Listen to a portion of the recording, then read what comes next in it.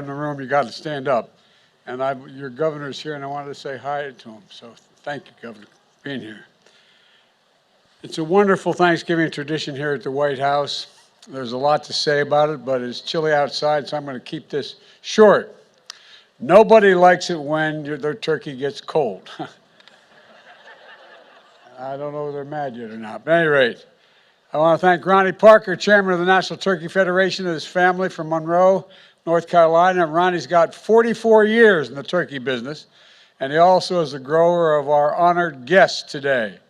And Lexi, he got a lot of help from Lexi, a fourth-generation member of the ranch where the turkeys were raised and prepared for this very day. They don't know what the verdict, I'm not sure of the verdict yet, but we're going to find out in a minute. They listen to a lot of music, I'm told, in order to prepare for the crowd noise today. That's real hard work. And they interacted with the children to show their softer side. Sounds like another flock hoping to come to Washington in 2024. Look, we're joined by another special guest, and that is for what is the largest national turkey presentation ever held at the White House. My dear friends, I can introduce them again, Roy Cooper and First Lady Kristen Cooper here. Truly fantastic leaders. Say hi, man. We're also joined by Congressman Dan Bishop. Where are you, Danny? Hey, Dan, welcome. Great to see you here. Thank you. And from the 9th District of North Carolina. And a special thanks to members of my staff for their young children who are here today as well. Matter of fact, if you look, you see that dog up in the balcony there, that German Shepherd? That's my dog, Commander. I was worried if he came down here with all of, he'd just do nothing but kiss you and lick you. But he may go after the turkeys, so I kept him up there. But we're joined by another group of kids, as I said, from students from Brooklyn Middle School. The reason they're here in Washington, the reason they're joining us today is, they were invited a couple years ago to come, but because of COVID, we couldn't have it. So I'm glad you guys came this year. Thank you very, very much for coming. And we're also joined by students from the 4-H programs of Virginia and Maryland and the folks from the National Future Farmers of America. I want to thank them for being here as well. But before I gobble up too much time, I didn't mean to get started, man. Don't start on it. And by the way, that's my grandson, Bo, up there, and my granddaughter. Don't let him jump. At any rate,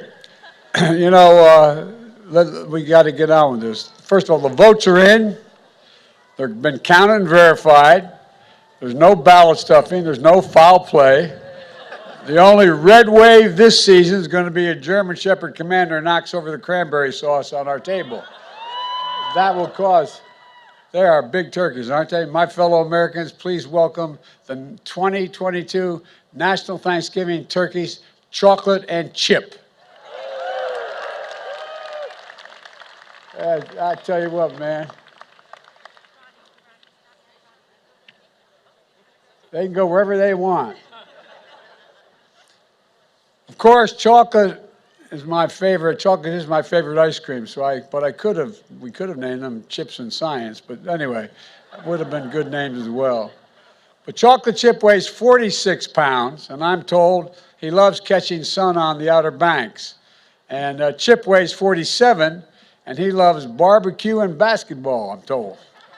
After receiving their presidential pardons today, Chocolate and Chip are going to head to one of the nation's great basketball schools and research universities, North Carolina State. Now, when we told them they were joining the wolf pack, they got a little scared. But then we explained it was just a mascot for the school, as one of the nation's best poultry science departments in the country. And now, based on their temperament and commitment to being productive members of society, I hereby pardon. Yes. I hereby pardon Chocolate and Chip. Which one's Chocolate? Who's Chip? This is Chocolate. This Chocolate, you're pardoned, and so are you, Chip. Chip says, I know, I don't even have to be told. Honey, why don't we put him on the table? Can we do that? You can do that. Ronnie, that's a big bird, man. We have more chickens than anybody in the nation in Delaware, but we don't have turkeys. Look at this. God love you. Now, this is chocolate, right? It is. Chocolate, you are pardoned. You are pardoned. He said, you had to tell me that? Yeah, you are. Yeah, I'm serious. He said, I don't know, man. You didn't have to pardon me. I knew I was pardoned. At any rate, thank you both very, very much. Thank you. Thank you very much. Appreciate it. Appreciate you. How many turkeys you got down there you raising? Circle S Ranch grows about 9.5 million turkeys a year. God love you. 9.5 million turkeys. I tell you what, that's like some of the countries I've been to. Anyway, do you want to talk? No, look, folks, in all seriousness, let me close with this. We can't forget the reason for Thanksgiving in the first place. The Pilgrims thought it was pretty important in tough times to come together and thank God, to be grateful for what we have. That's what the Thanksgiving tradition is all about, being grateful for what we have. And grateful for fellow Americans who we may never meet, but who will be, there you go. They're grateful. And think about the scientists and researchers, doctors and nurses keeping us safe through the pandemic. 2 years ago, we couldn't even safely have Thanksgiving with large family gatherings. Now we can. That's progress, and let's keep it going. We have new COVID vaccine updates to deal with, new variants to protect you and your loved ones. So get it today. Get your flu shots as well. This winter can be much happier than recent holiday seasons, but you have to do your part. Please visit vaccines.gov. Decide what you're going to do. We're also grateful for frontline workers that are keeping essential services going and growing and providing food on our tables. We're grateful for our faith leaders and their counsel and comfort and support.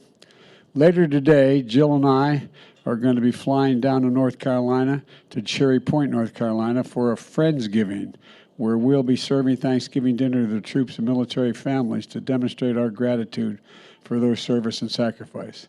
And so many of those families are missing someone at their table today, like our family. So many military folks that we have lost. And so it's just really, it's important to keep them in our hearts, those who've lost so much and those who are going to have an empty seat at their table this Thanksgiving. This is a special time, and it's in the greatest nation on earth, so let's be grateful. Scripture says, let us rejoice always, pray continually, and give thanks in all circumstances. Folks, let's remember all the political fighting that goes on you read about. Let's remember one thing. This is the United States of America. The United States of America. There's not a single solitary thing beyond our capacity as a nation. Nothing beyond our capacity if we do it together, united. United. You picked two great turkeys. From the Biden family to all of yours, happy Thanksgiving, and may God bless you all, and may God protect our troops. Thank you all for being here.